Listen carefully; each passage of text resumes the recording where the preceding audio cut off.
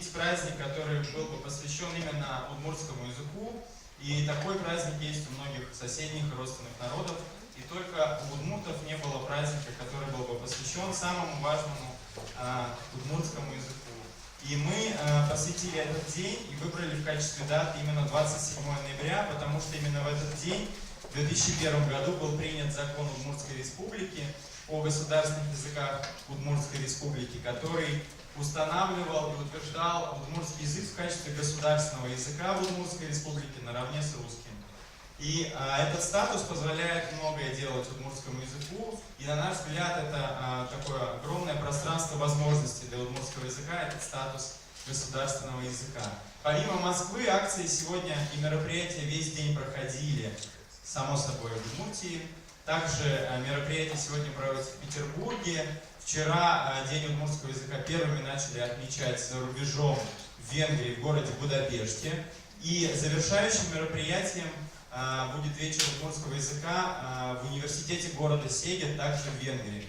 Так что в этом году акция с первого раза уже получилась глобальной, всемирной. И мы надеемся, что День удмуртского языка станет такой хорошей традицией, которая нас всех переживет на много лет. Мы сегодня вам представим доклады. Ольга Урасинова расскажет, сделает такое общее введение в удмуртском языке. Виктор Николаевич Денисов расскажет о первых аудиозаписях удмуртского языка.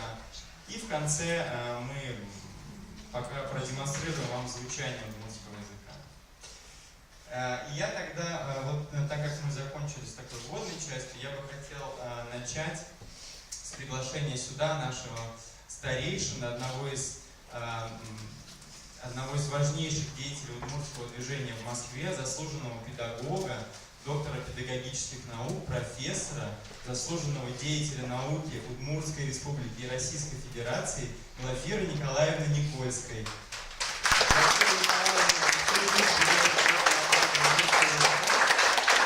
И помимо множества ее заслуг, Глафира Николаевна отвечает за сценическую речь артистов Удмуртского национального театра. Поэтому, когда вы слышите выступления артистов Удмуртского национального театра, вы должны знать, что их совершенный, четкий и правильный, безупречный удмуртский язык – это заслуга Глафиры Николаевны Никольской.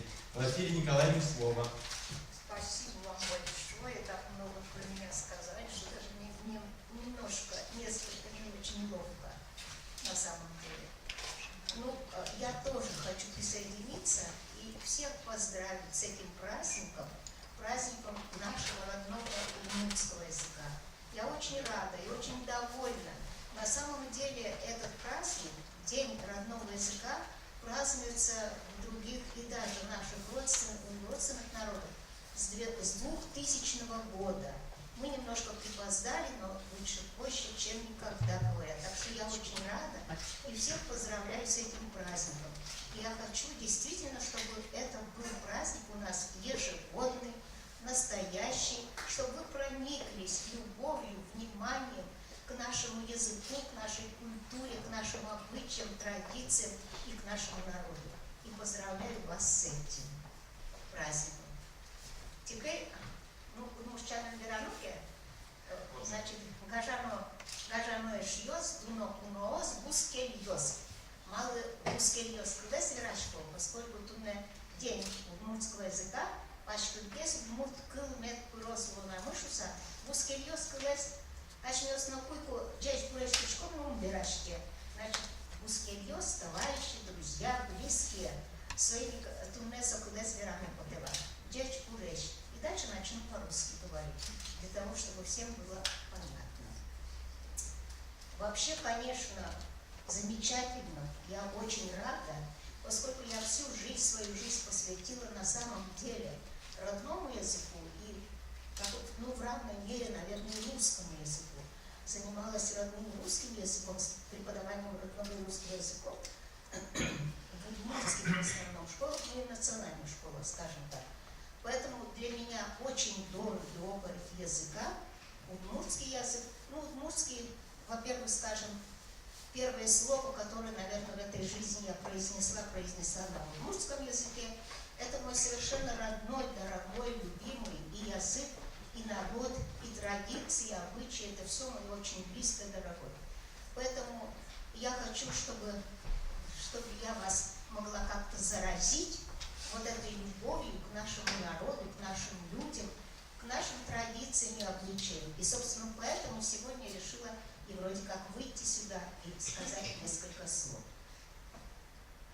Вообще, когда я посмотрела в интернете про наш удмуртский язык, вдруг я прочитала, что удмуртский язык наравне с якутским языком, с калмыцким языком находится в такой тревожной, среди тревожных языков, которые вроде как близки к исчезновению.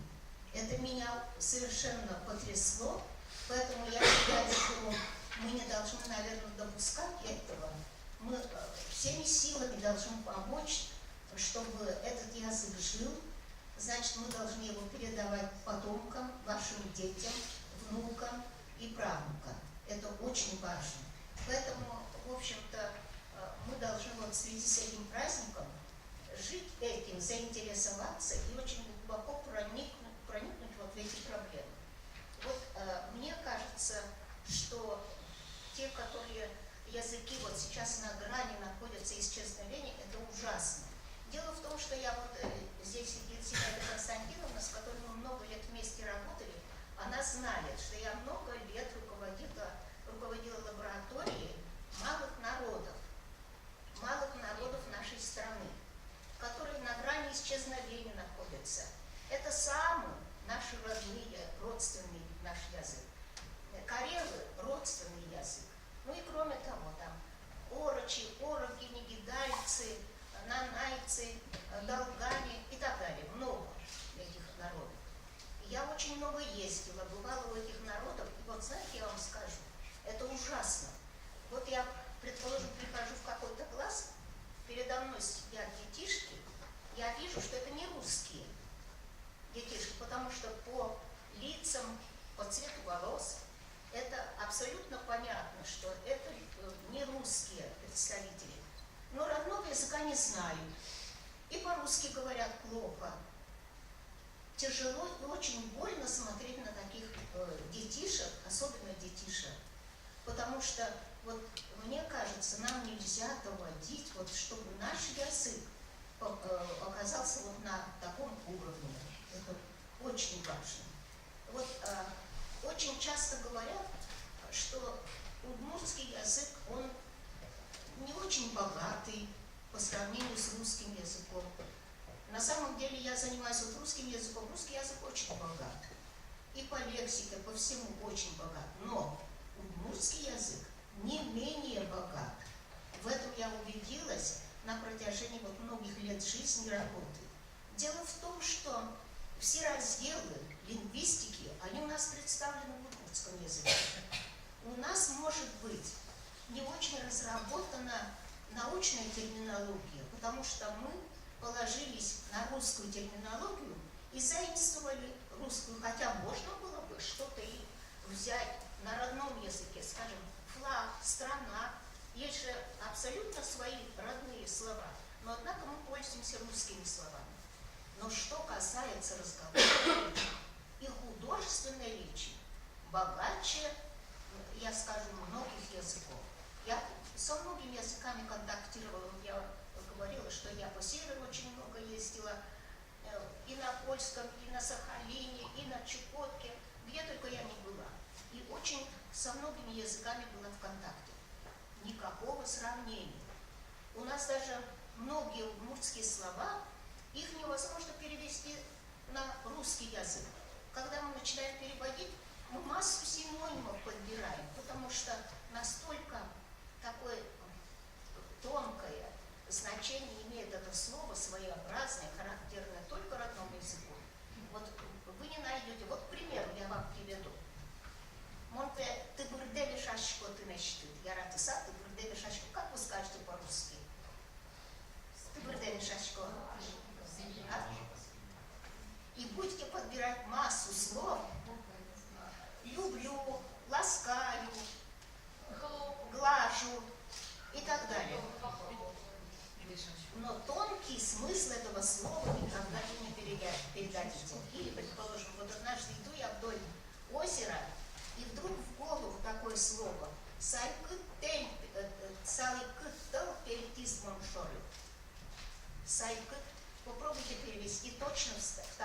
значение на русский язык. Прохладный, скажете, да. А это, в общем-то, и оно в сальку дымный рокош на мут.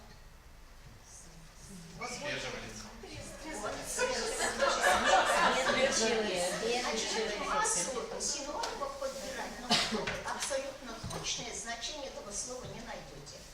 Поэтому удмуртский язык, он очень богат в смысле лексическом таком плане, или даже фонологически. Это настолько своеобразный язык, его, ну это финно-угорский язык, скажем, финно-угорской группы. Вот в свое время Лыткин писал, как вот финно-угорские гласные постепенно меняют свою артикуляцию, переходят на заднее положение совершенно. Оно действительно так. Вот, скажем, вот такую фразу я вам. О чем спрашиваешь? Вот спросите, пожалуйста. Нет, по-русски скажите. О чем спрашиваешь? О чем? Марьюашкот. А вы скажите по-удмуртски. Марьюашкот. О чем? У меня все идет вперед. Все сжато. Потому что русский язык, он более такой переднеязычный, много свистящих, звонких всяких звуков. А наш удмуртский язык, он более заднеязычный, и сразу наши органы речи идут туда-назад. Таким образом, значит, язык очень своеобразный, интересный, и поэтому его надо просто знать. Много говорю? Да, все. Да, хочу. Ну, вот в конце пожелать вам. Значит, нам нужно всеми силами стараться, чтобы язык этот не ушел, не исчез. Нужно передавать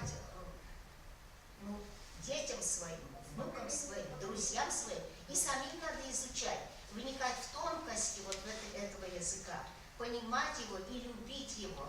Вот знаете, я про себя скажу, я до такой степени для меня, ну, он, поскольку, наверное, мне родной этот язык, когда я вдруг перехожу на родной язык, у меня даже как-то плечи куда-то назад, я становлюсь более такая открытая, раскрытая мне.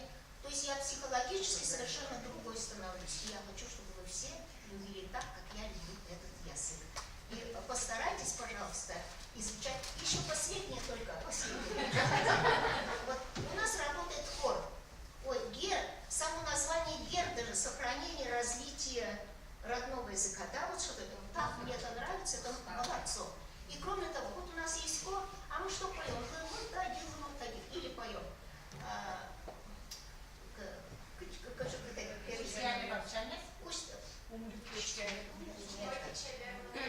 Да, что-то вот второе.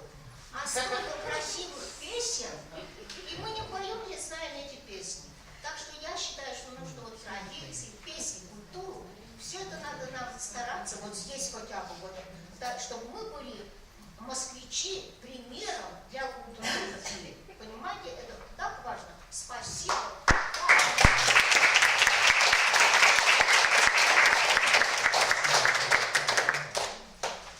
Маргарита Родионовна, прошу вас, два слова приветственных. Сеченкова Маргарита Родионовна, руководитель Удмуртского национального общества ГЕР, Московского Удмуртского. Dziś byliśmy każdemu już. Państwo generalowo Udmurtczanie, Kienówkiewala, Buskiego stylu dyrektorza. Dziś byliśmy każdemu Udmurtios, każdemu Buskielios. Moskwa już, Udmurt już radę podeszkokiem. Udmurt dere mnie dzisiaj szkoną, mama jedną wyraźki szkoną. Czurty weźmie kerty szkoną, перечне не имеем опашко. Пелюгу ме ошишконо, суй понес ме понишконо, сузер ме тудам ваишко. Вань родняем берашкишко. Мама дядялен коргаиштыз подишко. Пичи коргалаш, уви кечолыш, одик вамыштештишконо. Москвае Удмуртьос дорогуишко. Удмурт ужраде, Удмурт празднике вуишко. Вуй празднике нышьёс, Удмурт празднике, Чулкыт празднике.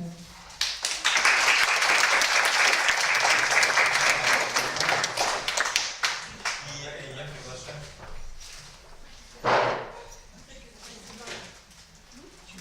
нас сегодня есть высокий гость, заместитель постоянного представителя главы Чувашской республики при президенте Российской Федерации Сидойкина Лидия Петровна. Нам очень приятно, что Чуваши, наш соседний народ, пришли тоже нас сегодня поприветствовать. Добрый вечер, дорогие друзья. Позвольте поприветствовать от всего чувашского народа удмуртский народ и пожелать удмуртскому народу самого прекрасного, доброго здоровья, процветания и успеха. Очень приятно мне сегодня находиться на вашем празднике. И вот в очередной раз, вот сидя здесь, мне вот вспоминается, насколько богата наша Россия. Здесь у нас проживает более 190 национальностей, и люди говорят более чем на 300 диалектах. То есть язык нас объединяет. Язык – это то, что позволяет сохранять нашу культуру, наши обряды, наши обычаи. Потому что сколько национальных поэтов, писателей, художников воспели на своем родном языке красоты родного края. Это дорогого стоит. И вот знаете, как вот я человек лично, я по национальности не русский, как приятно, когда едешь где-то или в Москве, уже вдали от своей малой родины, ты слышишь говор свой родной, да? Вы понимаете, язык – это нечто, которое передается с молоком матери.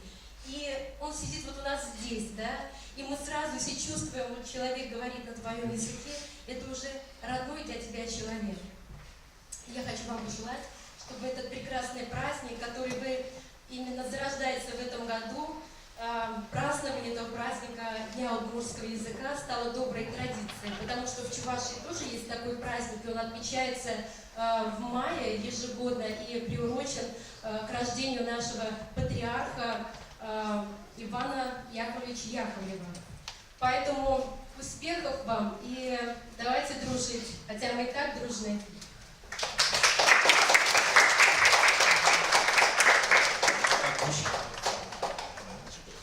И последнее приветственное слово, но не от этого не менее важное, Любовь Викторовна Барцугян, заместитель президента Удмуртского землячества.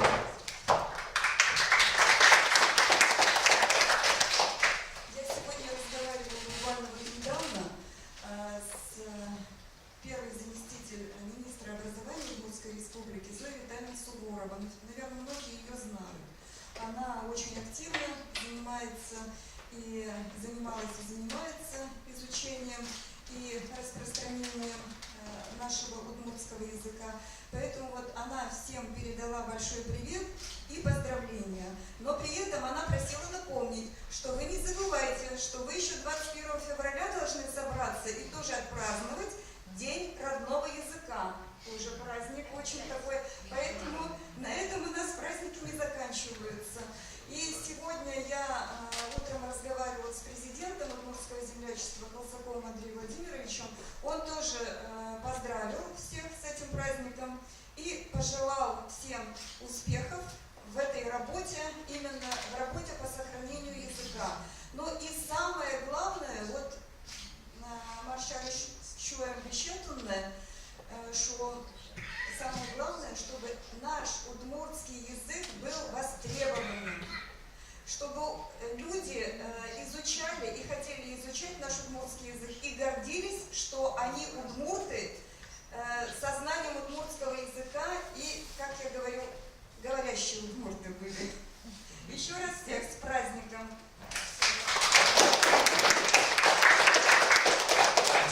Большое спасибо. Ну что ж, давайте перейдем тогда к докладам. И я вызываю и приглашаю Ольгу Расинову, преподавателя удмуртского языка. Она сделает вам такую вводную лекцию об удмуртском языке. Давайте попробуем без микрофона. Меня хорошо слышно? Все, отлично. Тогда без микрофона. Нам не нужны посредники. Вот. Ну что, начнем к практической части, перейдем. Можно поднять руки тем, кто знает удмуртский, изучал удмуртский, чтобы я понимала... Изучал? Да, изучал, но я вас узнаю, в принципе. Да. Так, например... Вы знаете все, вы понятно.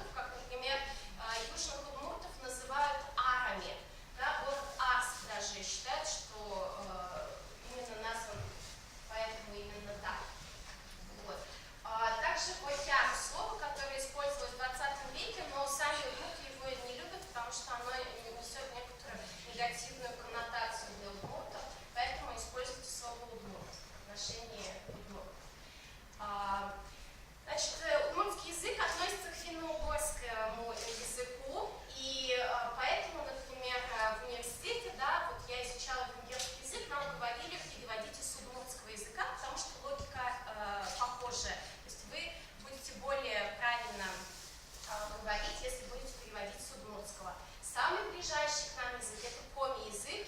В 8-10 веке нашей эры мы поделились. Примерно на 80% мы понимаем друг друга. Также очень важная дата, 91 год, когда была образована Удмуртская республика, точнее она была преобразована из Водской автономной области. И вот, собственно говоря, 2001 год, о котором сегодня уже была речь, 27 ноября, удмуртский язык получил статус государственного.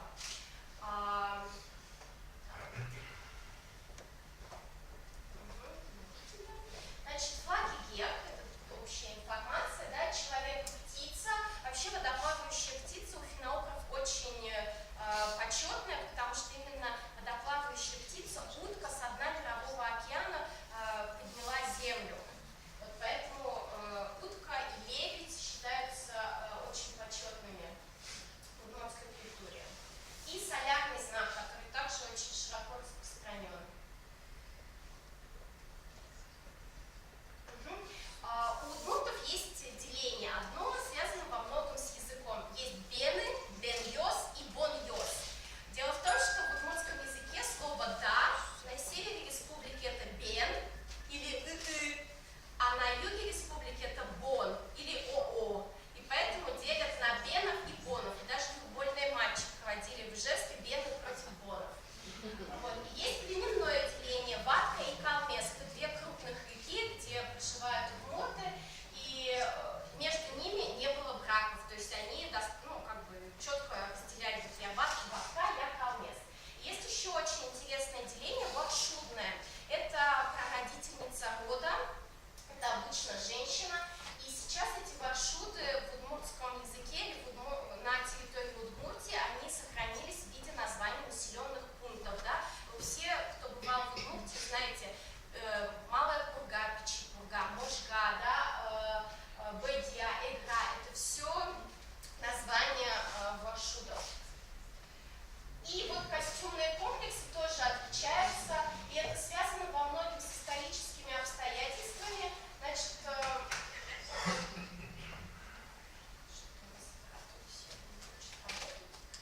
вот. Женя, а можете мне там помогать, да? Может, проще будет, если мы с вас или нет?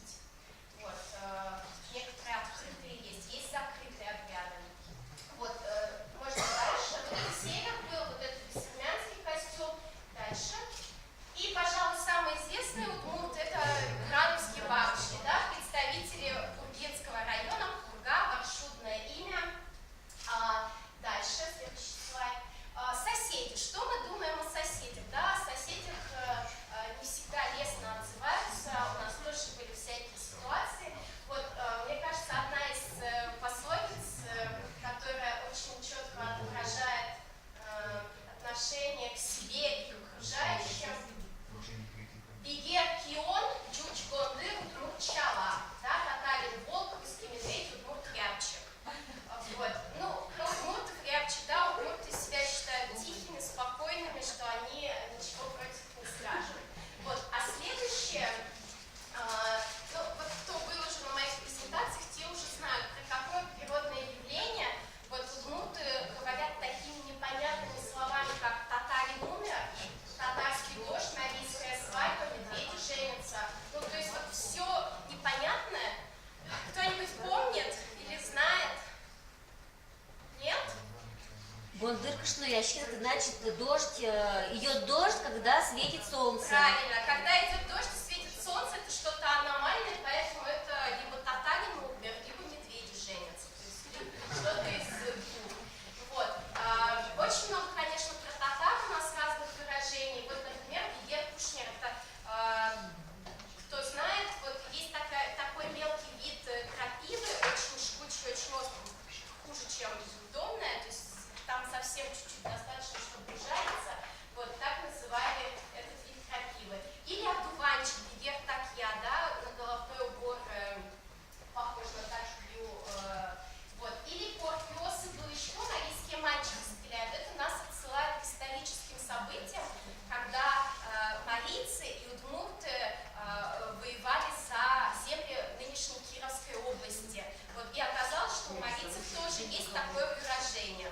Вот. То есть язык это действительно не только способ коммуникации, а это некоторая консервация истории и каких-то знаний наших предков. Можно следующий слайд? Да, еще ряд интересных язык, как у нас это, да, вот это. Еще несколько интересных слов из удмуртского языка.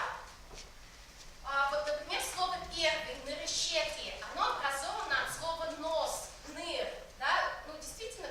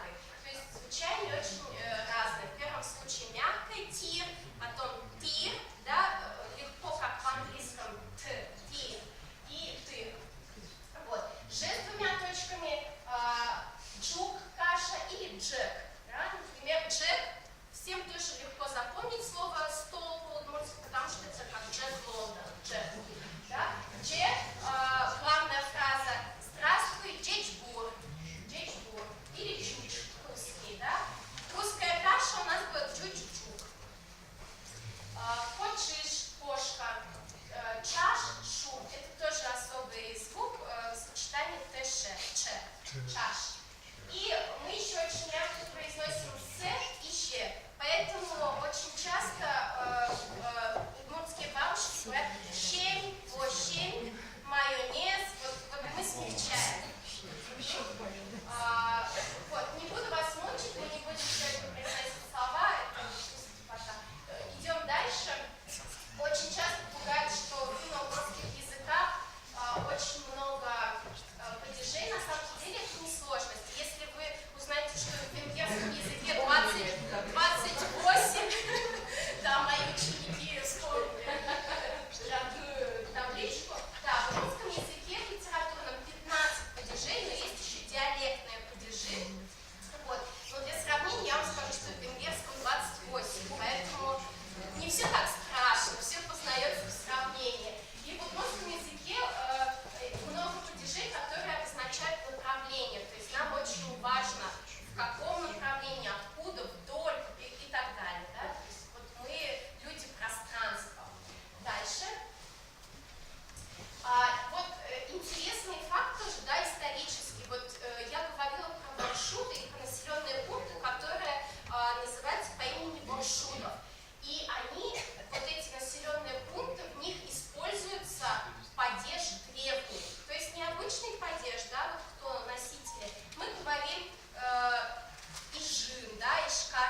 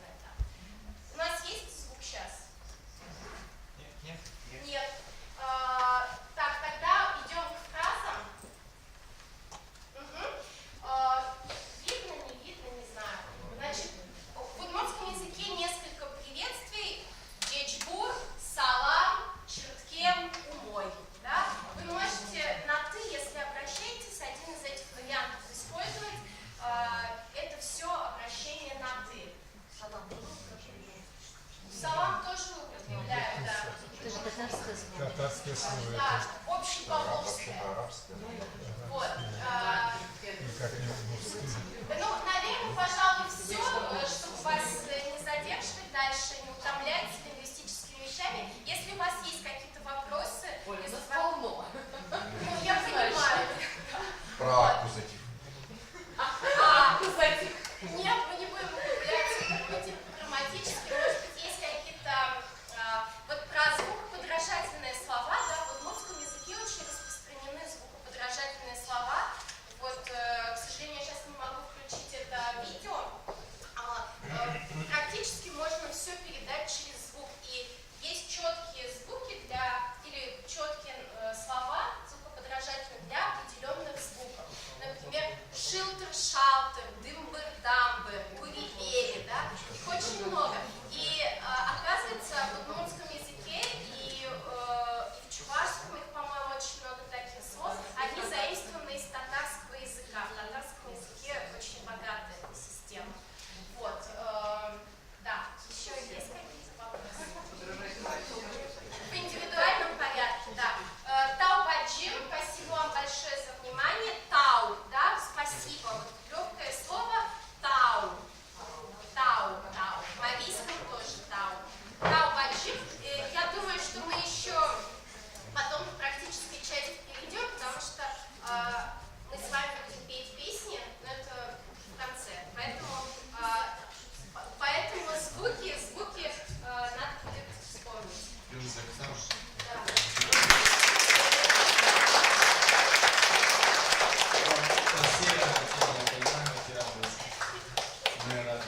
Вместе с нами. Дорогие друзья, Оля выступила. Давайте еще раз поблагодарим.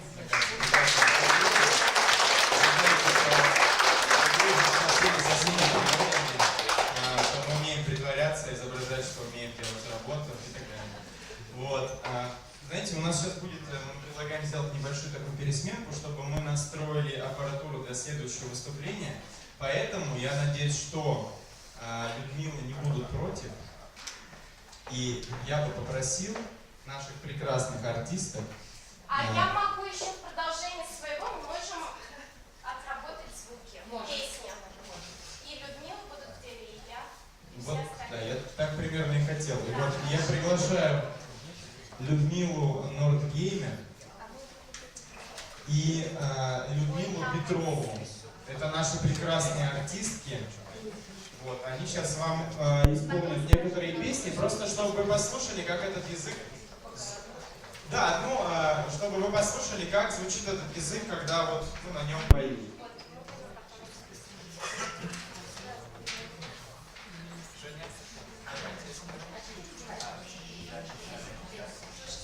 Все готовы? Почти. Да, Машечка.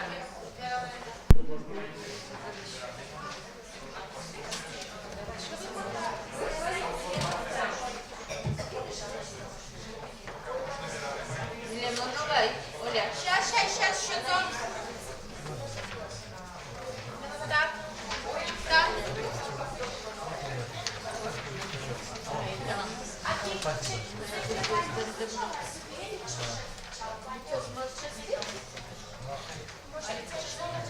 Скажите, постараюсь.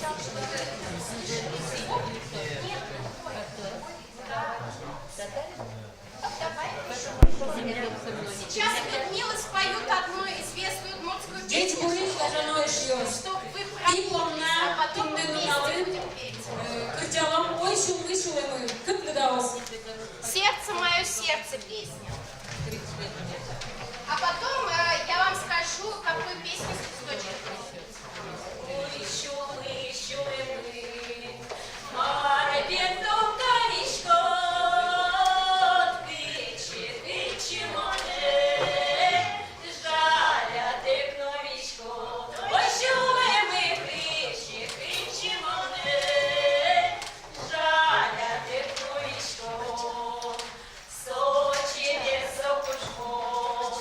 So, tak ci luki do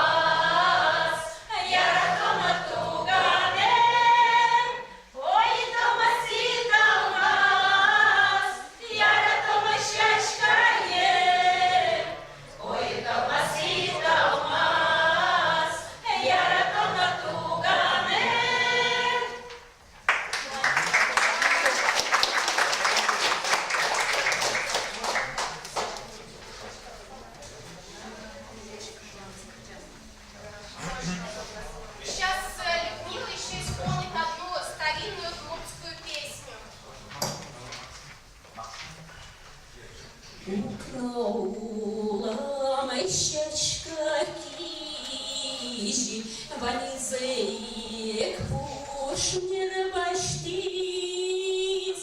Укнула мощечка кижи, ванизеек пушнер баштиц.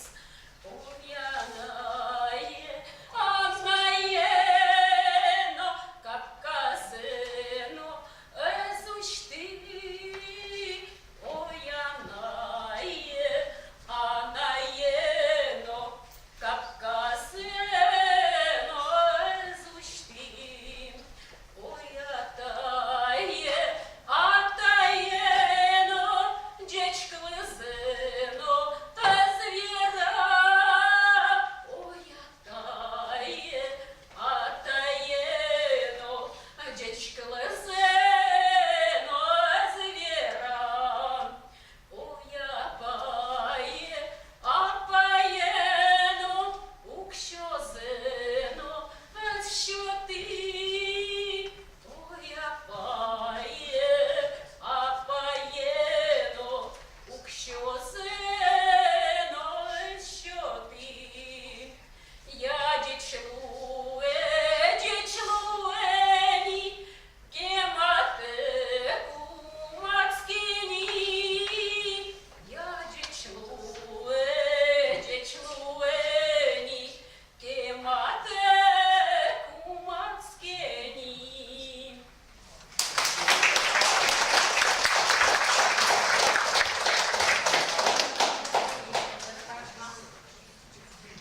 Женя, включите, я на максимум включу, попробуем.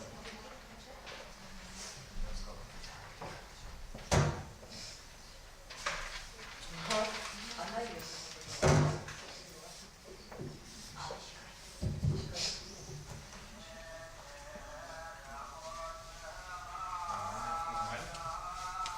Всем слышно примерно.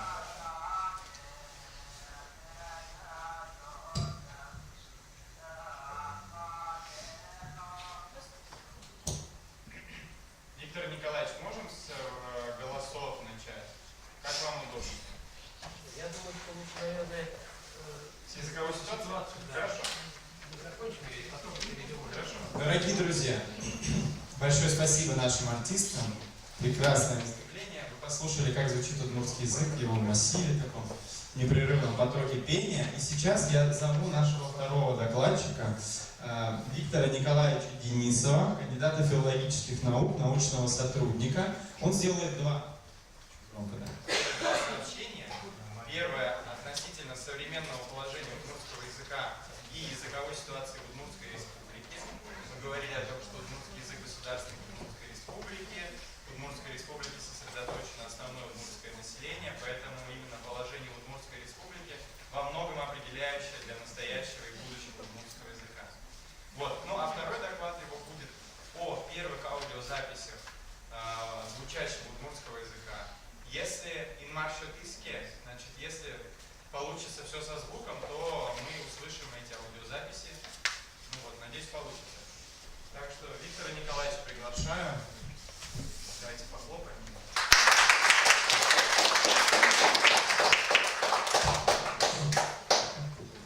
Добрый вечер, уважаемые друзья, Граждан Шлёс, Русский Лёс. Я сегодня постараюсь очень коротко рассказать о ситуации языковой в Удмуртской республике. Этот доклад, не презентация, построена на основе доклада, который я делал 2 года назад в Европейском центре Меркатор. Это центр малочисленных языков, изучения и распространения, популяризации. Они обеспокоены в Европе ситуацией с языками малых народов, и в том числе с удмуртским. Ну, коротко, значит, данные вам уже известны, что общее население Удмуртии 1 516 000, на 2018 год 1 513 000. К сожалению, каждый год население республики уменьшается примерно на 3000 человек. Конечно, это за счет, большей частью за счет миграции. Из них Удмуртов проживает 450 тысяч или 29% от общего числа. Русских 944, соответственно, татар и других национальностей. К сожалению, действительно, удмурты не являются большинством в своем национальном образовании.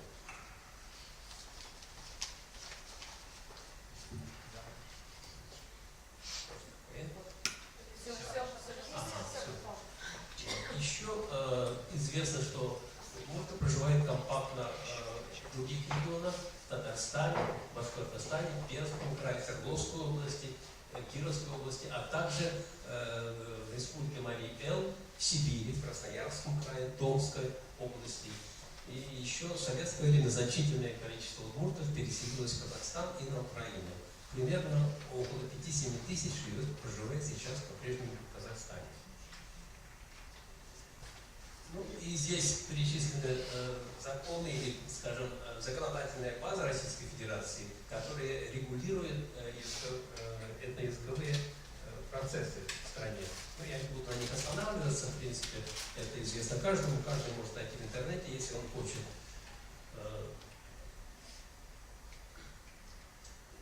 Что же касается самой Удмуртии, то также существует законодательная база, значит, она базируется на Конституции и, самое главное, на законе Удмуртской Республики о государственных языках Удмуртской Республики и иных языках народов Удмуртской Республики от 27 ноября 2001 года. И, соответственно, концепция национальной политики, а также целевая программа. И вот здесь сказано в этом законе, что Удмуртская Республика, являясь единственным государственным образованием удмуртского народа, обеспечивает работу, сохранение и развитие удмуртского языка как основу его национальной культуры. Но, к сожалению, не всегда это удается реализовать, осуществить, и вот я попробую это показать сегодня, насколько это удается. Ну, здесь, значит, закон об образовании, который гарантирует всем гражданам Российской Федерации право на получение образования на родном языке и использование его в качестве обучения. Но, к сожалению, это не всегда удается реализовать.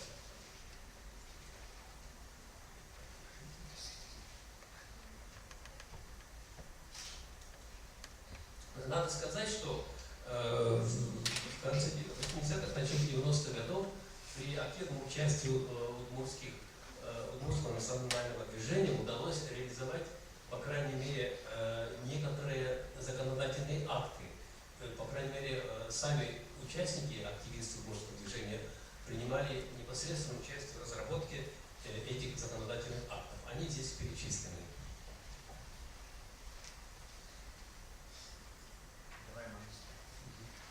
Может быть, вы тогда будете? Хорошо, давайте так. Вот здесь показана динамика роста национальных школ и учащихся в Удмуртии в 90-е годы. После того, как был активный всплеск интереса к языку, культуре национальной. Вот. И обратите внимание на цифры нижние. На 1240 учащихся в 1991 году и через 8 лет 34 тысячи. Затем в 2000-е годы пошел обратный спад. Обратите внимание, 35 500 в 2000 году и в 2012-2013 году 16 189. То есть явно и очевидно видно регресс в получении образования и изучении удмуртского языка. При этом надо отметить, что я взял данные 2012-2013 года, потому что больше данных ни на сайтах Минобрнауки и Министерства национальной политики нет. Я пытался обратиться непосредственно к руководству министерства, но мне как-то вот так не очень дали эту информацию. Поэтому я пользуюсь последними данными именно от 2015 года. И что явилось причиной сокращения количества удмуртских школ? Здесь я перечислил, что это были непродуманные образования, вернее, непродуманные реформирование российской школы, затем демократический провал и в связи с этим так называемая оптимизация, когда закрывались начальные и средние учебные заведения, так сказать, когда не хватало учащихся. Вот я сам могу быть свидетелем этого. Моя сестра работала долгое время в школе Септимского района, и в школе всего было 30-35 учащихся девятилетки. Школу закрыли, хотя там и помещения были, и педагоги были, но из-за того, что это было нерентабельно, как было сказано, под флагом организации школу закрыли. Так произошло со многими сельскими школами. И в результате в середине 2000-х годов в школах Удмуртской республики количество уменьшилось на 11 тысяч человек.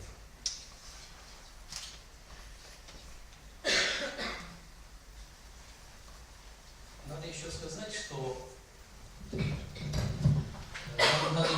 что образовательный стандарт, который применялся до 2009 года, он включал в себя 3 компонента: федеральный, национальный, региональный и компонент конкретного образовательного учреждения.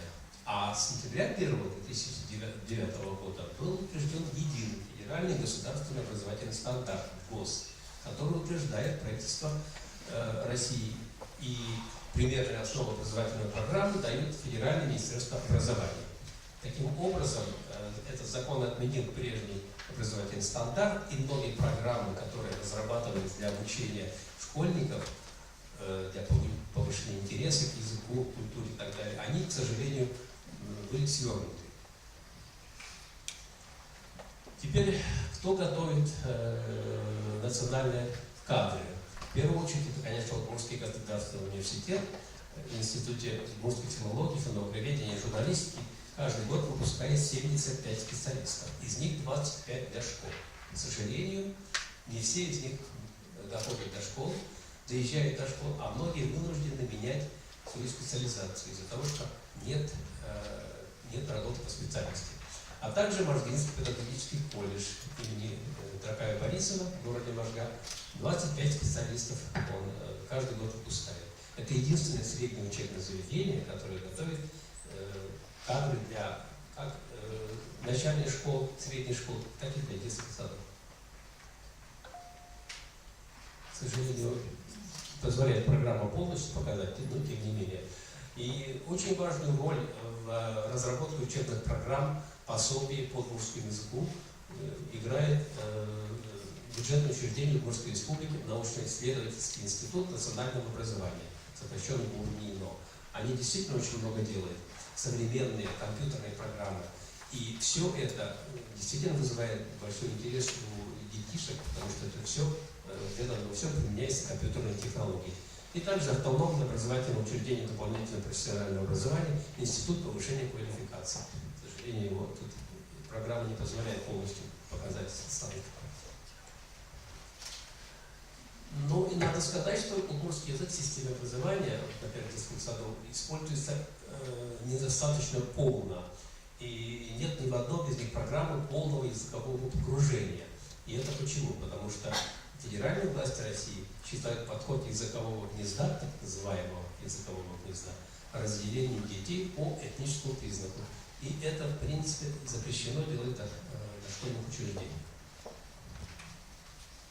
Что же касается начальных школ, то здесь официальным языком образования является русский язык. В некоторых классах начальных школ в Татарстане, в Башкортостане, Марий-Эл и самой Удмуртии, там, где сплошное удмуртское население, конечно, преподаватели, педагоги используют удмуртский язык на начальном этапе. Но это только до того момента, пока учащиеся не овладевают русским языком. И, как правило, в большинстве школ удмуртский язык является только предметом изучения. Что касается средней школы, то здесь разработан трехуровневый стандарт. Здесь он представлен, и, к сожалению, удмуртский язык изучается только 2 часа в неделю, причем 1 час в неделю отводится языку, другой — удмуртской литературе. И еще в рамках этого проходит обучение истории родного края, изучение родного края. Таким образом, к сожалению, можно констатировать, что в настоящем времени в Удмуртской республике эффективная масштабная поддержка удмуртского языка себя не оправдала. И ситуация, сложившаяся в Удмуртии, она достаточно типична для многих регионов, национальных регионов Российской Федерации.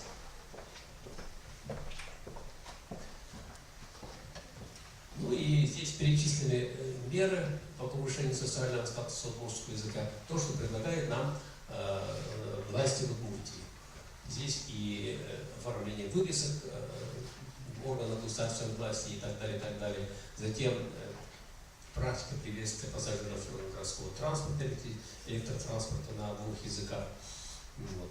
Ну, по крайней мере, когда гости республики приезжают в Удмуртию, они чувствуют, что это национальная республика. И теперь, конечно, я помню в 1991 году, когда я привез первого профессора из Финляндии в Ижевск, услышать удмуртский язык на улице было невозможно.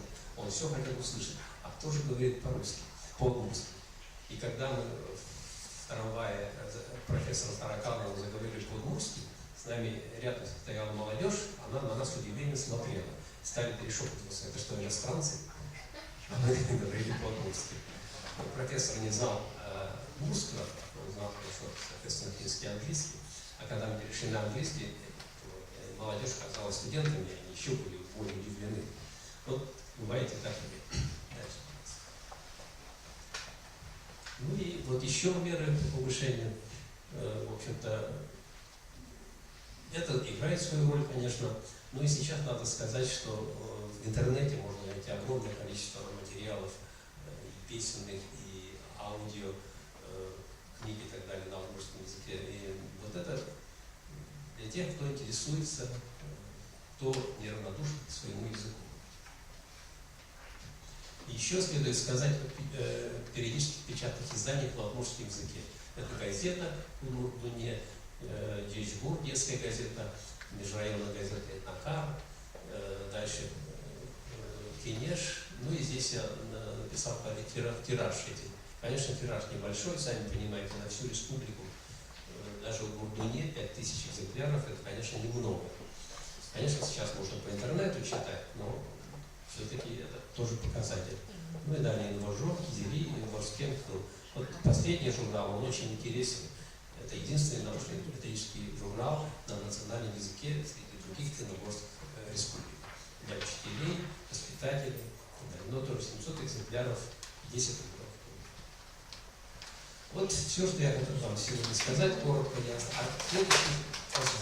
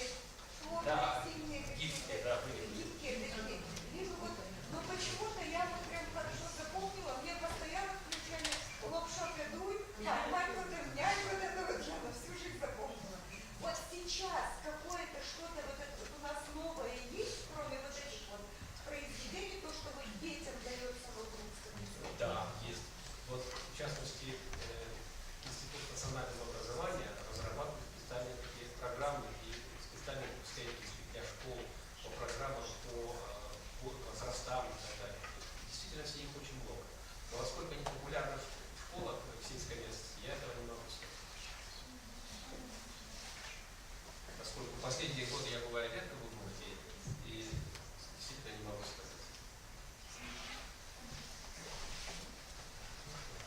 Два часа в неделю удмуртского языка в школах, это какого года данные? Актуальны они или устаревшие?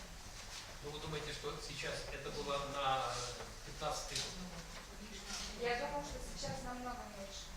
Даже меньше, да? Не то, что даже меньше, а меньше даже сейчас в неделю.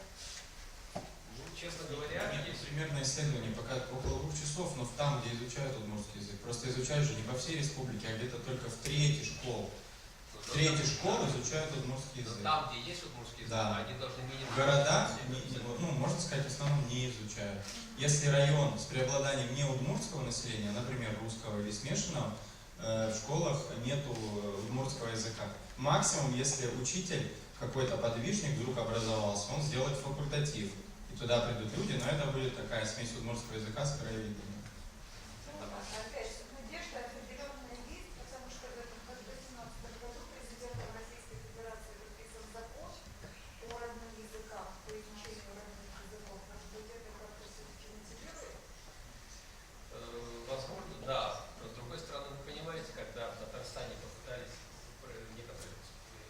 целых гимназиях перевести обучение на татарский язык, это безусловно.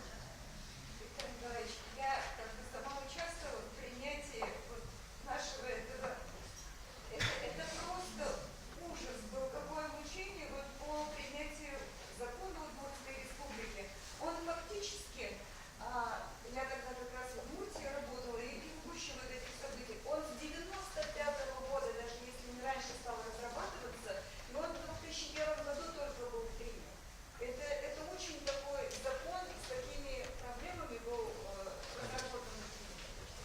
Спасибо, что сделали это важное дело. И благодаря этому мы вот этот праздник во многом празднуем, что в 2001 году наконец-то этот вопрос довершили. Дорогие друзья, с вашего позволения мы перейдем к заключительному докладу от Виктора Николаевича, посвящен первым аудиозаписям удмуртского языка. Вот. Ну, дальше и фольклора. Уникальный доклад совершенно. Виктор Николаевич иногда колесит по России и Европе, демонстрируя эти материалы. Надеемся, звук более-менее будет сносный. Уникальный, совершенно неповторимый материал. Первые валиковые записи, удмуртский язык 100 и чуть более лет назад.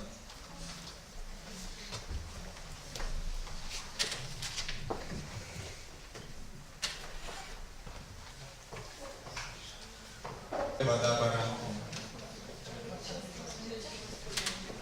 Условия должны быть всегда такими, человекоразмерными. 20 века, чтобы было понятнее и не возникало вопросов.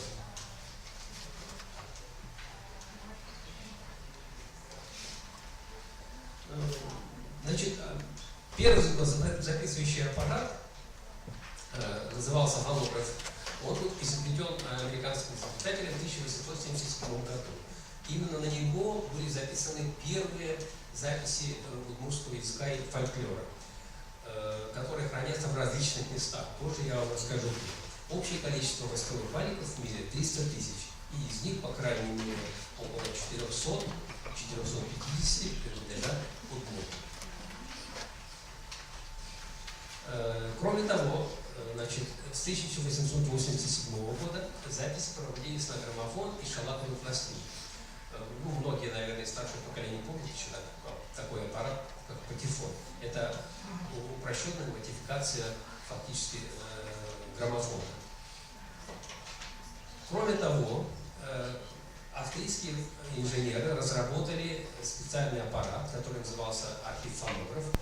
Он работал по принципу фонографа и граммофона, то есть запись шла на восковые валики.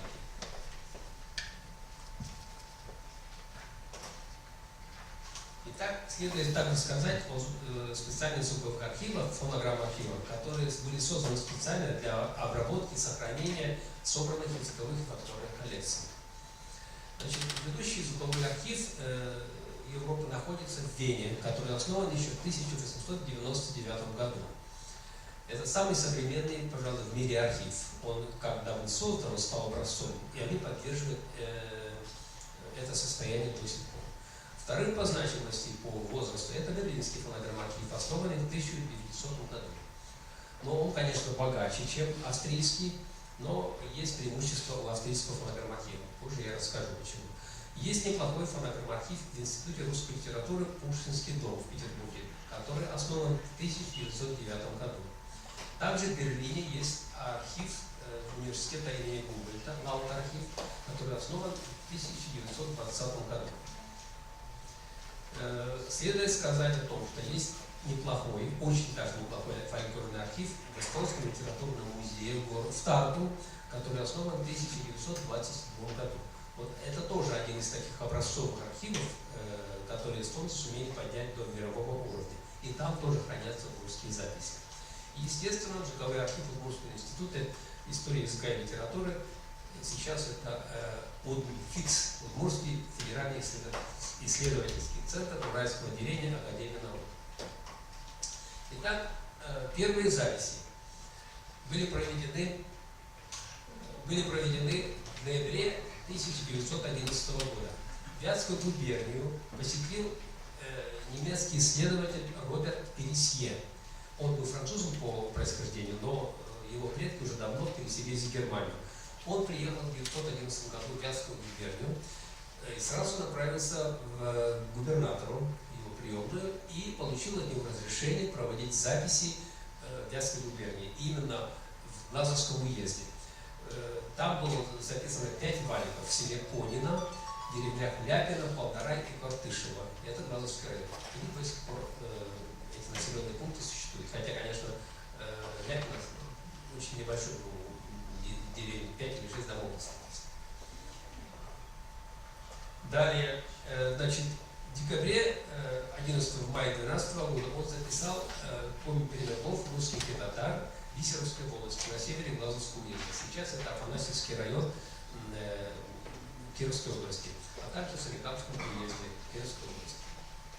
Всего было записано 27 валиков, и они хранятся в Берлинском фонограмматофоне. К сожалению, их еще изучить не удалось, потому что есть и другая более важная работа, но тем не менее надеемся, что со временем они будут изучены.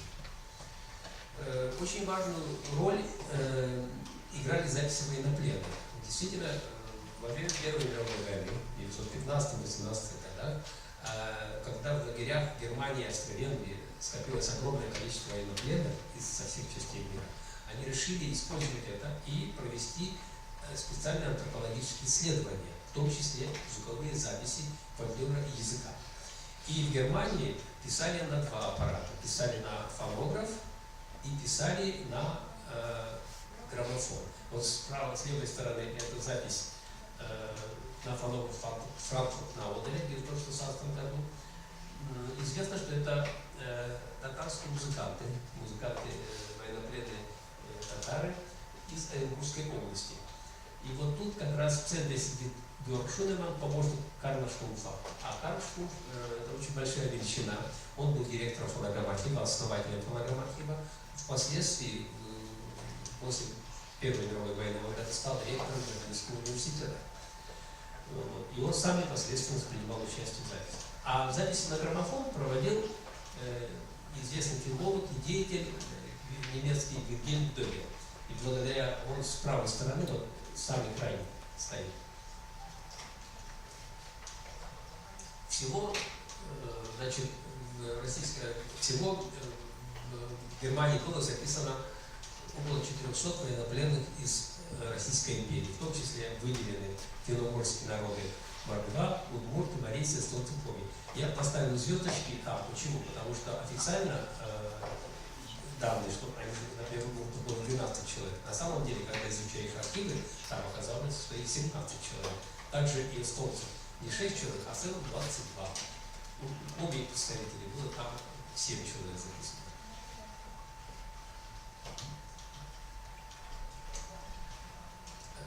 Значит, что касается удмуртов, я уже сказал, из удмуртов было записано 17 информантов. Значит, 9 информантов записи хранятся в Берлинском фонограммархиве, а в Лаут-архиве хранятся записи 12 информантов. Эти записи полностью еще не исследованы, но сейчас в Берлинском фонограммархиве проходит масштабный проект, продолжается по подготовке и публикации этих записей. И вот здесь я попробую вам дать голос Кузьмипушина, 26 лет, из лагеря Хельниц. Он был записан в 1916 году. Кузьма Пушин, уроженец Елена-60 по Винского района. Так, сейчас переключим микрофон. К сожалению, наши программы не совпадают, поэтому мы не можем напрямую подключить.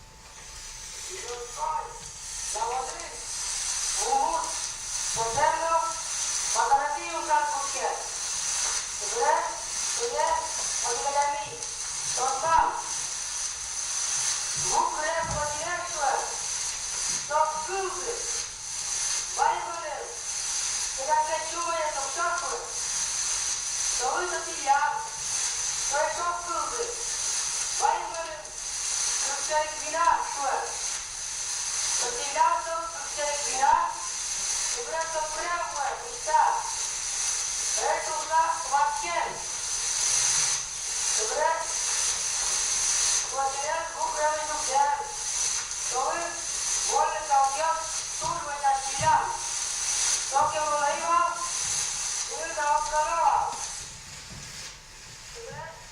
Ну вот вы видите, что эта запись была сделана на граммофон. Запись достаточно качественная, настолько качественная, что можно проводить даже фонетические исследования. Следующий голос Якова Гловацких, тоже 26 лет, из деревни Верхутки Глазовского уезда. Предположительно, сейчас это деревня Верхутки Кесского района, из лагеря Мерзебук. Он исполняет песню. Но здесь качество звучания гораздо хуже, потому что запись сделана на восковой вале, на фонограф.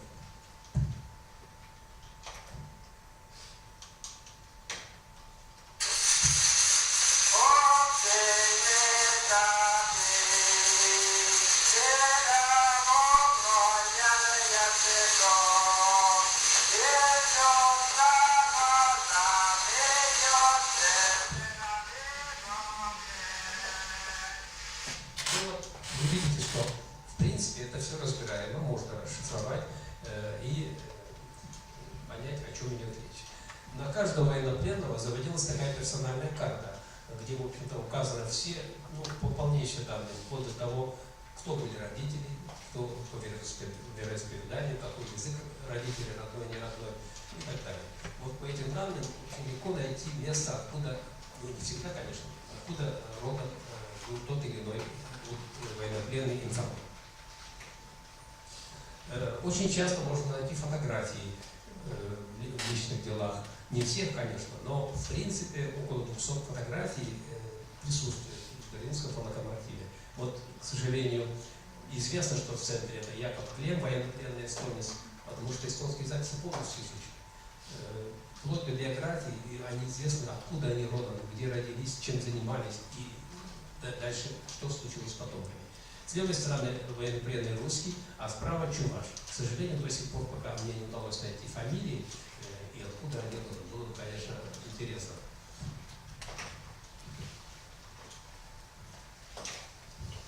Кроме того, записями занимались военнопленных занимались ученые в Австро-Венгрии, в лагерях Австро-Венгрии в те же годы. Значит, в Австро-Венгрии было записано 30 информантов удмуртов. В Венском фотографархиве на сегодняшний день сохранилось 8 восковых дисков с записью 5 информантов. Но большая часть этих материалов, в отличие от немцев, австрийцы и венгры издали. В 1926 году издал композитор Роберт Нах, а в 1952 году в Хельсинки вышла работа Берната Молкачи, фольклор удмуртов. Огромный материал, огромные исследования, в которые были включены записи военнопленных. И я хочу еще сказать, что сейчас записи австрийского фотографархива полностью, именно военного времени, полностью опубликованы в результате проекта «Открытые голоса». Там не только сами записи опубликованы, но и сделаны комментарии к ним, сделаны расшифровки и переводы на английский язык. И это все делали представители тех народов или этносов, которые были там записаны. Поэтому эта работа была сделана профессионально. И благодаря тому, что записи велись очень систематизированно, качественно, и протоколы с записей сохранились, очень быстро и легко провести этот проект. 4 года вложились австрийцы. Немцы пока не могут еще закончить проект. И известный австрийский антрополог и этнограф Рудольф Крёх был инициатором исследования военнопленных. Ну и огромную роль, конечно, сыграл Роберт Нах, австрийский композитор, который в первую очередь издал многотомную серию книг «Песни русских военнопленных» уже в 17-18 году. И там было записано более 2000 песен народов Поволжья и Урала. Пожалуй, такого богатого архива нет ни в одной национальной республике. И в течение до 1952 года Роберт Нах издал отдельные сборники песен удмуртов, Пермяков и Коми, марийцев, башкир, татар, мордвы и чуваши. Это все эти записи, кроме того, что они исследованы были Робертом Нахом, они сейчас вышли отдельным сборником. Ну и, конечно, ведущую роль и огромную роль сыграл академик Бернат Молкачи, выдающийся венгерский ученый, который сыграл ведущую роль в том, что финно-угорские народы в таком количестве были записаны и исследованы в фонограмм-архиве в Австрии. И вот здесь его фотография с военнопленными, известно конкретно точно, кто это, откуда, и даже родственники некоторых военнопленных найдены. А это фотография 16 года, лагерь Кенермезо, это лагерь, в котором было 39 военнопленных удмуртов, и 27 из них были записаны специалистами, венграми и австрийцами. А октябрь 2004 года мы посетили это место, вот оно фактически таким образом выглядит. Там уже нет никакого упоминания о лагере, но хотя кое-какие остатки можно найти. А это отдельная фотография, значит, военнопленные, с которыми работали Роберт Лах и Мункачи. Дело в том, что когда они находили в лагере очень ценного информанта, они старались его перевести в Будапешт на более легкие работы, на газовую фабрику, что, в общем-то, многим спасло, наверное, жизнь. А вот тут есть удмуртская фотография? Здесь? Честно? Вот тут удмурт кто-то есть на фотографии, или это все удмурты? Это все удмурты. Все? Это все удмурты. И вот здесь, там предыдущая фотография, Роберт Лах с удмуртскими информантами. Дело в том, что Роберт Лах, вернее, не Роберт Лах, Мункачи знал удмуртский язык. И он же побывал еще на территории Удмуртии в 1885 году и в течение полугода изучал язык и фольклор удмуртов и вел записи. Поэтому, когда он к ней пришел в лагерь, сначала, конечно, они встретили напряженно, настороженно, но в конечном итоге, когда услышали родную речь, они согласились с ним работать, ну, как и многие соглашались. И вот здесь список военнопленных я привел, на всякий случай, не буду долго задерживать на этом, но тем не менее, посмотрите, может быть, кто-то найдет знакомые фамилии или, может быть, даже и родственников. Так однажды у меня было, после доклада ко мне подошел человек, сказал: вы знаете, я нашел. Да, из деревни Мукаплан были записаны два информанта, Дьяконов Иван и Максимов Ефим. Вот. Дальше с Новокурдинского района есть три информанта: Ясовский, Киевский, Мартинский, Алнавский. И вот здесь я хочу дать вам послушать запись Ипатия Коровина. Я позже расскажу о нем.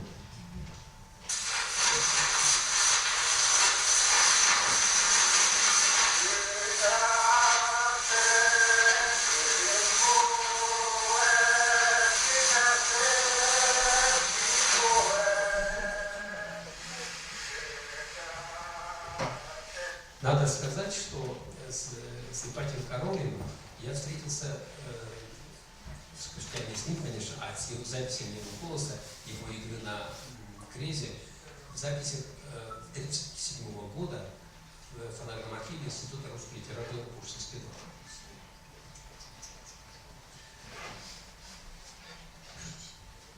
Следующий, пожалуйста. Ну, соответственно, здесь с Кировской области, Пермского края. Еще коротенько хотел дать послушать вам голос Жантусова.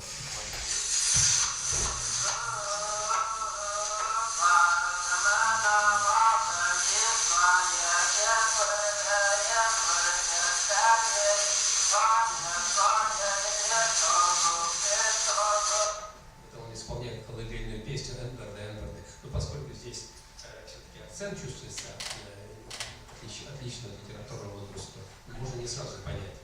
Но, тем не менее, эти все записи, как я вам уже говорил, расшифрованы и переведены на английский язык. И далее Василий Семенов из села Штурма-Юмия, это Турковский район, Татарстан.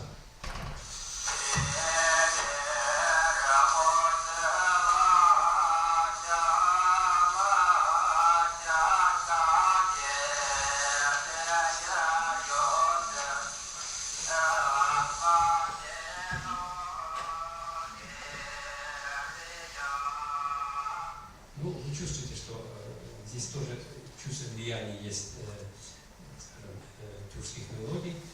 Вот. И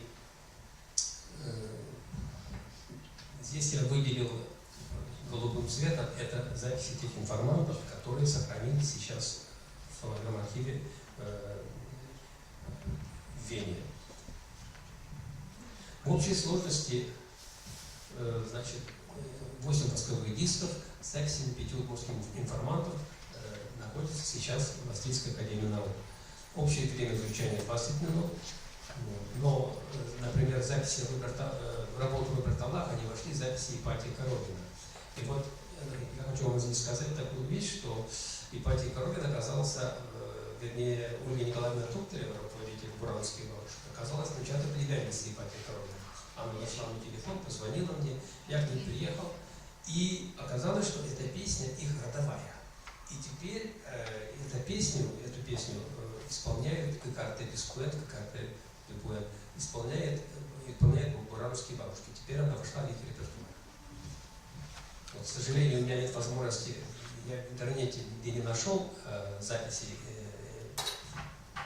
исполнения буранских бабушек. Ну, надеюсь, как-нибудь еще удастся. Здесь в Российской Федерации также хранится большое количество восковых валиков, среди которых 101 валик и 320 песен принадлежат нашим известным ученым и писателям, поэтам Кузибаю Герду, 37 валиков, значит, Эшпаю и Якову Эшпаю и Михаилу Петрову, 35 валиков, Владимиру Черникову, а также Вачинскому и Дувайцу. Вот сейчас я вам коротко расскажу, что это такое. Говорить о Кузибае Герде можно много и долго. Единственное, могу сказать, что он действительно выдающийся ученый. Если он успел за 12 небольшим лет написать около 400 стихотворений, 12 поэм и более 120 статей по различным вопросам науки и культуры. И кроме всего прочего, он еще был участником многочисленных экспедиций на территорию Удмуртии. И он первый из удмуртских ученых использовал в своей экспедиции фонограф. И он собрал более 5000 песен и записал с помощью фонографа около 300 восковых фонофаликов. Но, к сожалению, после ареста они исчезли. И сохранилось только 37 валиков, которые сейчас находятся в фонограмм-архиве Института русской литературы Пушкинский дом в Петербурге. Вот здесь предполагалось, что он начал заниматься записями в 1925 году. И последнюю свою запись сделал в августе 1929 года, незадолго до вызова Нижних Новгород, Горький, то есть до ареста. Но нам удалось обнаружить, что есть такой валик его коллекции, где он произносит следующую фразу.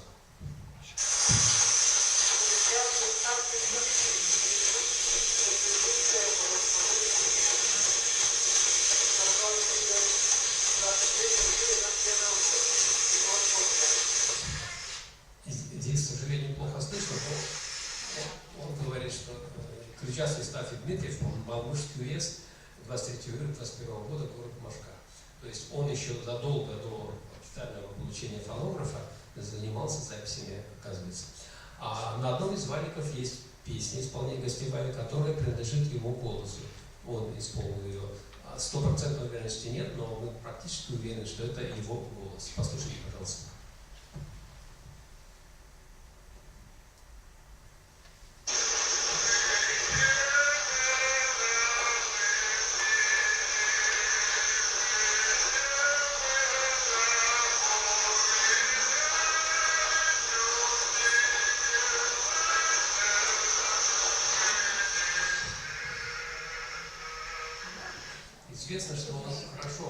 Известно, что он хорошо пел, и вполне допустимо, что это именно его голос. Кроме того, в 1937 году в фольклорной экспедиции Музея антропологии и этнографии, сейчас это музей Петра Великого, Кунсткамера, на территории Удмуртии были посланы 2 экспедиции. Одну возглавил борисский музыковед Яков Эшпай, это отец Андрея Эшпая, композитора, и к нему был прикомандирован Михаил Петров, удмуртский писатель и поэт. Они записали 35 восковых валиков в 14 районах Удмуртии. И Михаил Петров неплохо исполнял песни. И вы здесь послушайте его голос, пожалуйста. Он исполняет песню «Нам Тугане». «Цулты Тугане», «Вставай, мой друг».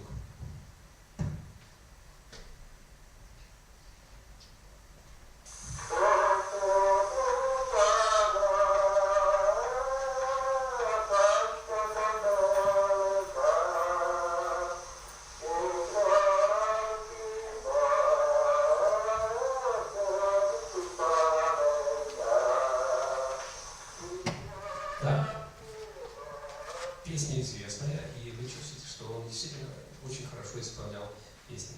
В том же году Владимир Пчельников, сотрудник УДНИ в 2 районах, Сергеевском и Углинском, записал еще 16 постовых валиков. Эта коллекция тоже хранится в Петербурге. И образец записи, пожалуйста, послушайте.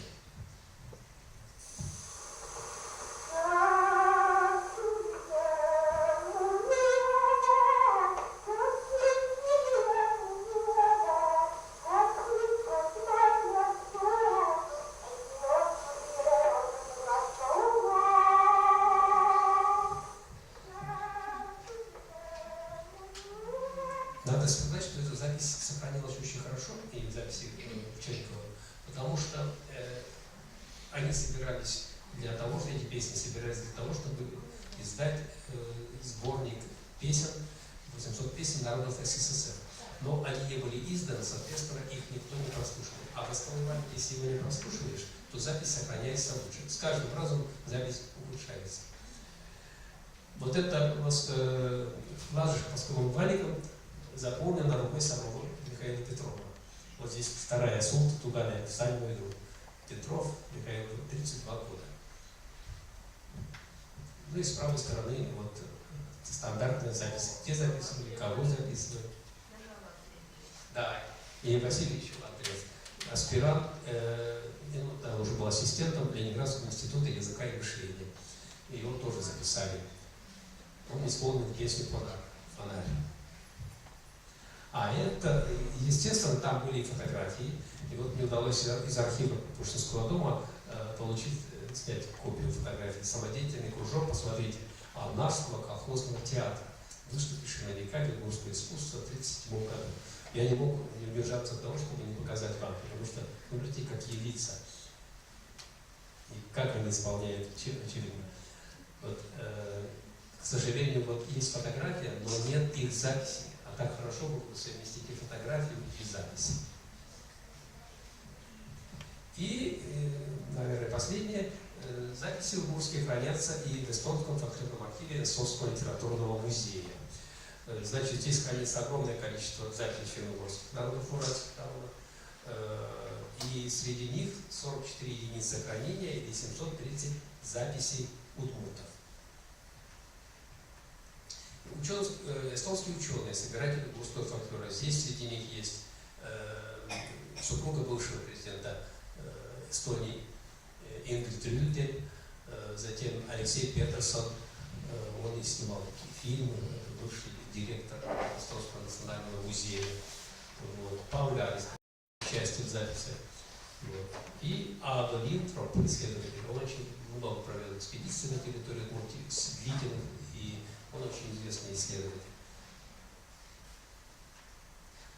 Были также и записи, которые сделаны удмуртскими исследователями, или выходцами из территории Удмуртии, например, Травина, а также Шандор Калаш, композитор венгерского происхождения.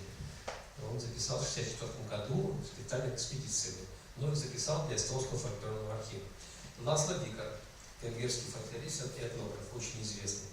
Он посетил, к сожалению, иностранцам было запрещено приезжать на территорию Удмуртии, но они сделали такой очень ловкий ход.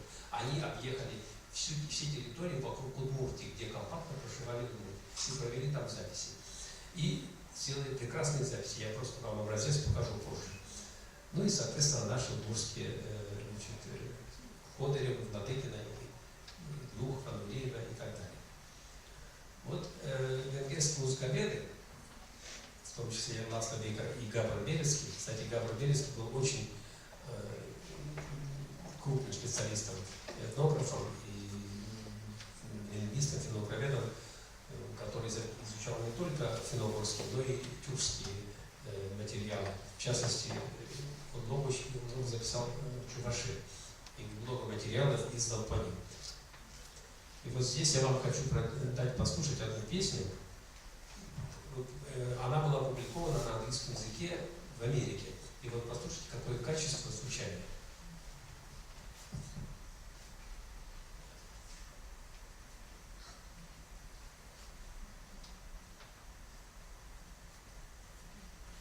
К сожалению, программа не схватывает.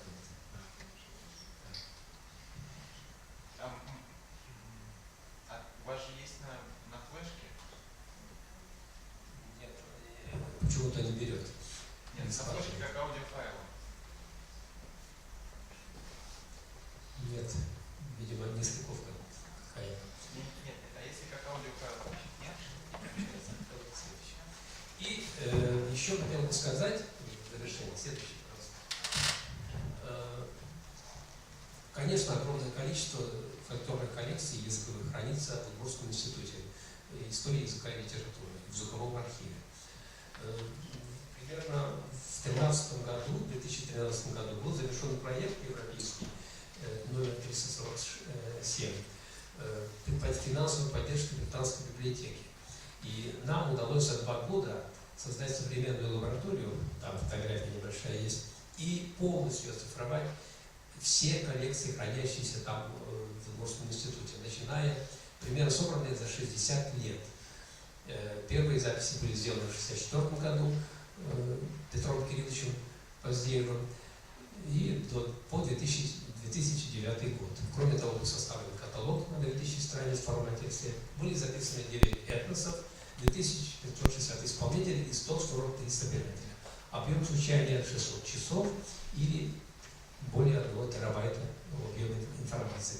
Надо сказать, что эта лаборатория, созданная при помощи британской библиотеки и при поддержке Эстонского фольклорного архива, они нас инструктировали и помогали нам создавать эту лабораторию. Это самая современная лаборатория на сегодняшний день в системе Академии наук. И, соответственно, удалось сохранить все удмуртские записи. И кроме того,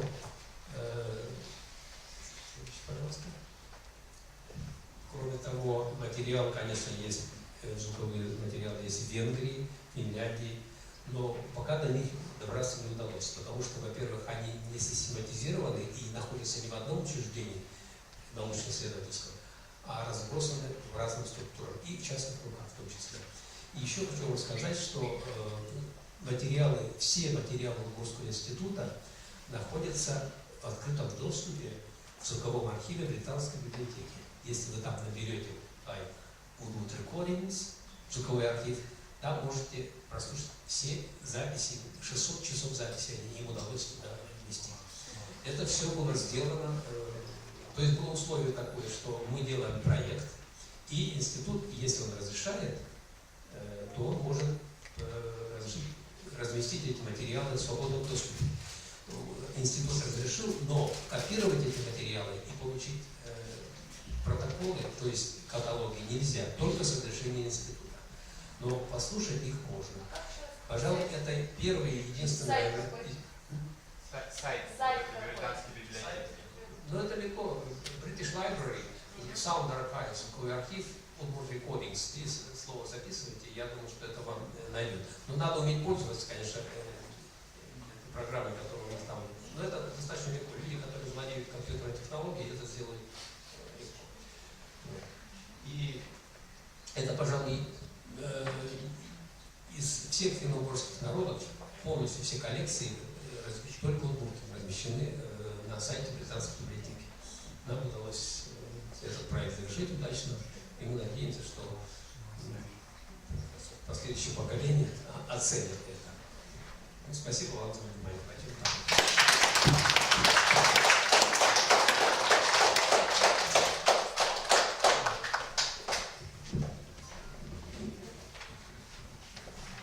Спасибо большое Виктору Николаевичу. Вот хотел подарить от нас книжку об истории письменности разных народов. Цветы мы не дарим мужчинам, поэтому спасибо большое. Просто.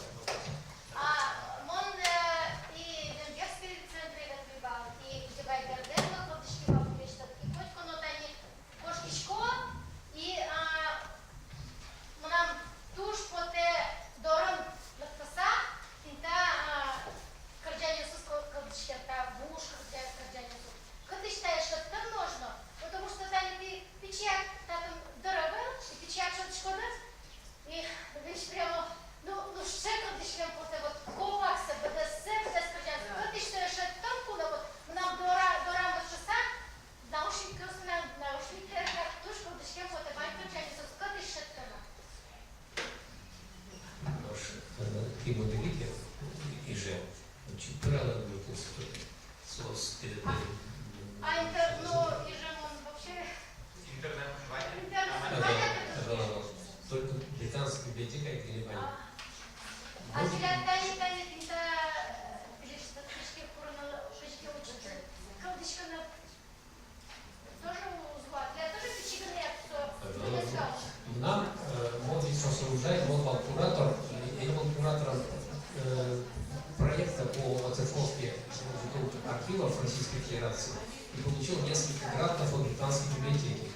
Соответственно, по условиям я должен их хранить определенное количество лет. Поэтому в данном случае у меня лично, конечно, есть записи из Берлина, из Вены, из Эстонии, из русских. Но есть такое условие. Скажем, записи, которые я получил в Берлине или в Вене, я не могу передавать третьим лицам. Это обязательство, которое я должен выполнить.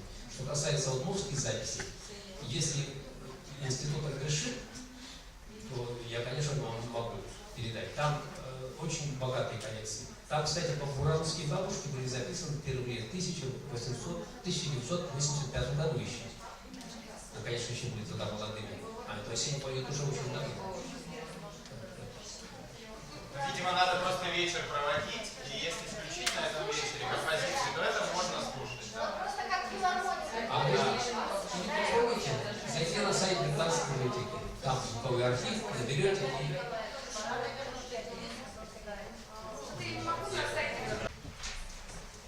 Шумилям Одык Курджанлозна. Сейчас еще мы, наверное, в завершении вечера. Большое спасибо всем сегодняшним докладчикам. Фундаментальный доклад Виктора Николаевича Денисова. Огромнейшая работа проделана. Большое ему спасибо. Есть надежда, что удмуртский язык будет жить, сохраниться, эти материалы позволят нам шагать вперед. И мы сейчас в завершение хотим провести последнее письменное мероприятие. Сейчас выйдет Оля, она даст указания. Одно из предложений – это поучаствовать в Удмуртии. В Удмуртии, значит, женская ассоциация объявила такой конкурс, что нужно собраться всем коллективом, общиной, друзьями и исполнить очень известную удмуртскую народную песню «Анае Гурзе Эстем Дырно».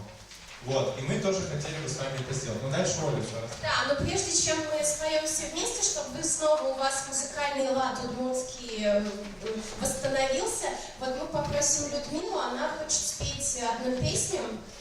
Вот, кто устал, может сейчас там налить себе чай, мы заварили травяной чай на алнашских травах, вот, взбодриться можно. А Людмила сейчас выйдет и споет песню. Пылюсь берег ты сам, печи дырме,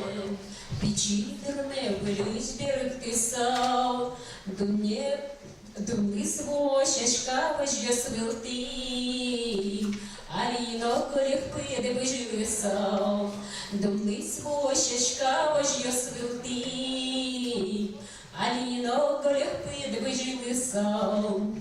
Пунктем шум потоне на наели, навіщо зв'язки мон баясав, аж не шуди щоргіости, пічі боже на ріку ти силку ти лисав, думли, простите, аж не шуди щоргіости, пічі боже на ріку ти силку ти лисав, хоч курну на ужва, руквалну сонові, буде здурне валкать чагернолель, кичі меда шіста чедери, кичі меда писта милкиди, кичі меда шіста чедери, кичі меда писта милкиди, вилиш берегти сам пічі дерме, пічі дерме, вилиш берегти сам, думли свой шашка возьмёсвил ты, алино колех пыды выживы сам, думли свой шашка возьмёсвил ты, алино колех пыды выживы сам. Перцки пешонай, эляшки шкослы, кунуш берен берто.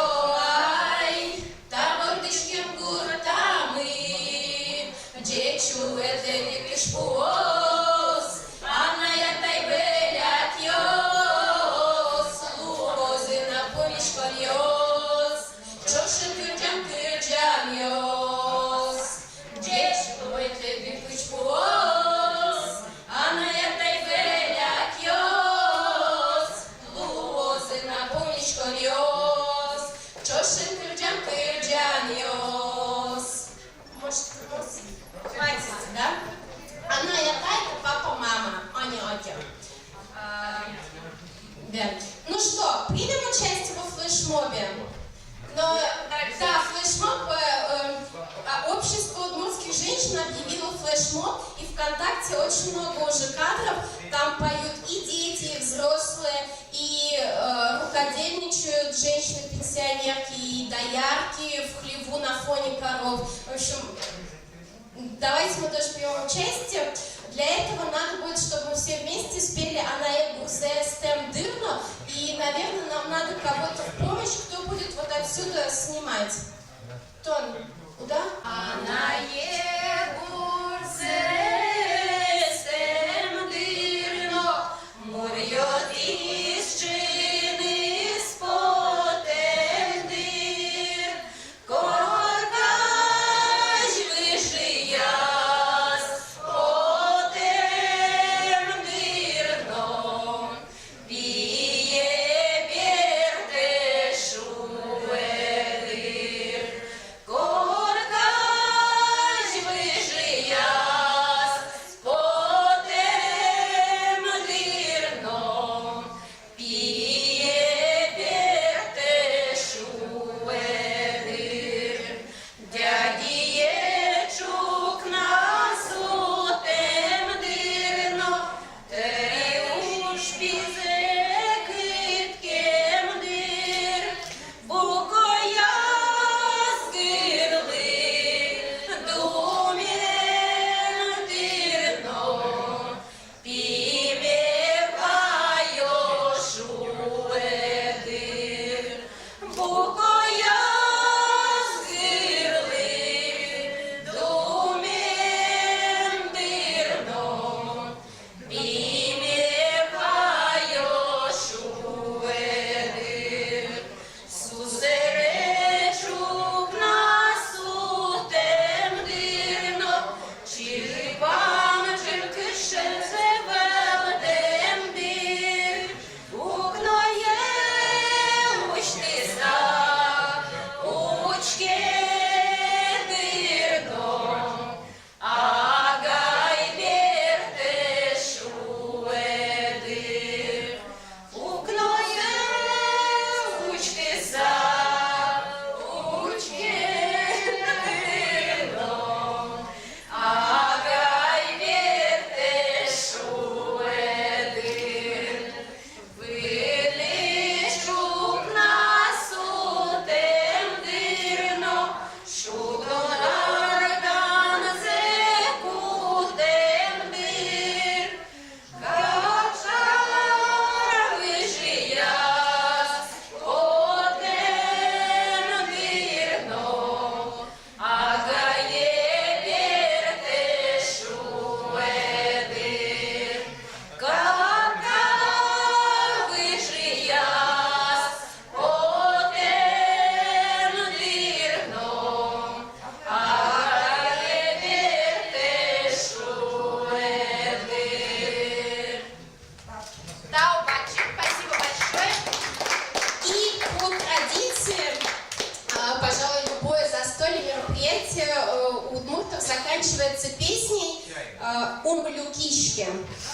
Она здесь «Не расстанемся». Здесь очень интересные слова.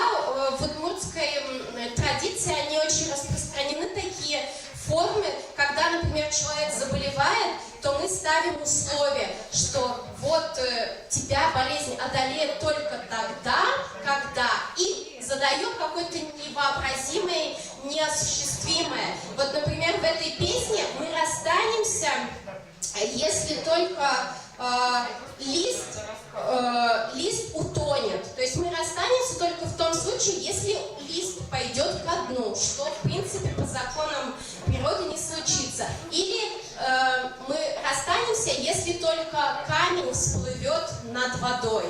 Или если у нас самец гуся снесет яйцо, или если у нас отелится бычок.